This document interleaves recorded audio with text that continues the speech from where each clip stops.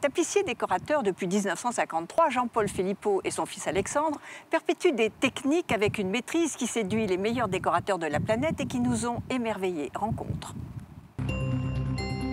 Les Philippot font tapisserie depuis 3 générations. L'entreprise est aujourd'hui dirigée par Jean-Paul Philippot. Depuis plus d'1 an, il est secondé par son fils Alexandre. L'atelier compte une vingtaine de collaborateurs, dont une meilleure ouvrière de France. Il travaille avec des clients privés, des architectes et des décorateurs, comme ici avec Vincent Darret, et puis avec François-Joseph Graff.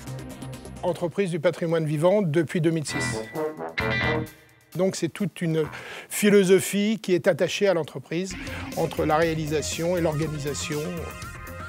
Voilà, donc c'est quand même un plus, et en matière de tapisserie, peu sont élus en tant qu'EPV. Reconnus pour la qualité de leur savoir-faire, les Philippot travaillent sur des sites prestigieux, comme ici au château de Champs-sur-Marne. Fermé depuis près de 6 ans pour travaux, il a rouvert en juin. Dans une restauration comme celle-ci, le challenge n'est pas libre. Il est complètement sous la direction et la surveillance d'un architecte en chef des monuments historiques et des conservateurs. Donc l'idée était de remettre la pièce, entre guillemets, dans son jus d'origine. Pour être réussi, la restauration doit être invisible. On a soumis un lait ancien à la Maison Prel, grand soyeux de Lyon, qui a refait une cartographie du dessin et qui nous a retissé spécialement le métrage nécessaire dont nous avions besoin. Tout est réalisé selon des techniques traditionnelles. Ici, nous avons préparé un logement, vous allez le voir tout de suite, voilà, où le tissu va être encollé sur l'arrière, mis au raccord, et bloqué dans ce logement, de façon à ce que la finition soit parfaite le long du cadre de glace, sans s'écarter suite à la tension qui lui sera soumise. On essaye de mettre au goût du jour les techniques qui nous permettent de valoriser nos mises en œuvre, mais aussi de respecter la tradition ancienne, à savoir qu'ici, il n'y aura pas d'agrafe. Nous travaillerons uniquement à la semence. Les semences sont les clous des tapissiers. Pour les tissus, l'atelier se fournit en France, à Lyon et à Tours pour les soieries et impressions, dans le Nord pour les velours et jacquards. C'est toujours au départ la main de l'homme qui est entraînée par la tête, ça je le dis très très souvent.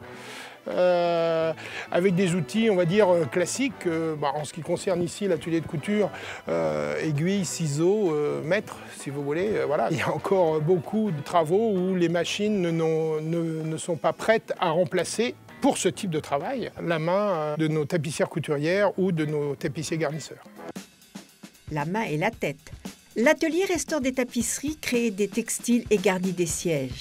La sensualité de notre métier, c'est aussi quelque chose de très important, puisqu'on travaille des matières brutes qui vont du bois d'un siège, au crin, au ressort, et puis quand on monte à l'étage ici, les velours, les soieries, les velours de soie, les taffetas, les lampas, puis les matières ont une odeur et une vie, et puis vous vous dites que nous travaillons non pas pour un environnement qui va s'arrêter demain, mais un environnement durable. Donc on se dit que plusieurs générations verront le fruit de nos travaux, de nos mises en œuvre. Tradition rime aussi ici avec innovation. Sous l'impulsion notamment d'Alexandre Philippot, l'entreprise propose des meubles au design innovant. Donc ici, un canapé ours polaire avec un velours de mohair. Donc assez compliqué à en travailler. Ce qui a été compliqué, c'est toujours sur ce mobilier-là, c'est la réalisation des galbes qui est à la fois cintrée sur l'extérieur et à la fois cintrée sur l'intérieur. Pour le salon AD Intérieur, le décorateur Vincent Darret leur a demandé de réaliser ces sièges à l'allure folle. C'était un peu un défi à l'entendement avec ses formes anachroniques, concaves, convexes. Voilà, avec un velours qui n'est pas spécialement destiné à être mis en œuvre sur ce type de forme.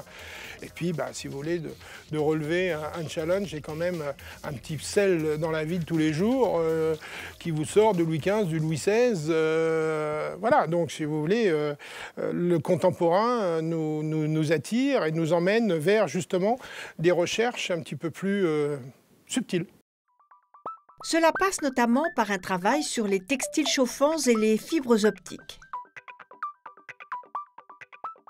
On a des projets, on va dire, donc, sur des matériaux plus innovants, donc, qui s'apparentent un peu à de la technologie, donc, comme la fibre optique, donc tous ces matériaux qui je l'espère, demain seront des matériaux d'avenir et qui permettront à l'entreprise de s'orienter ou de diversifier une fois de plus l'activité.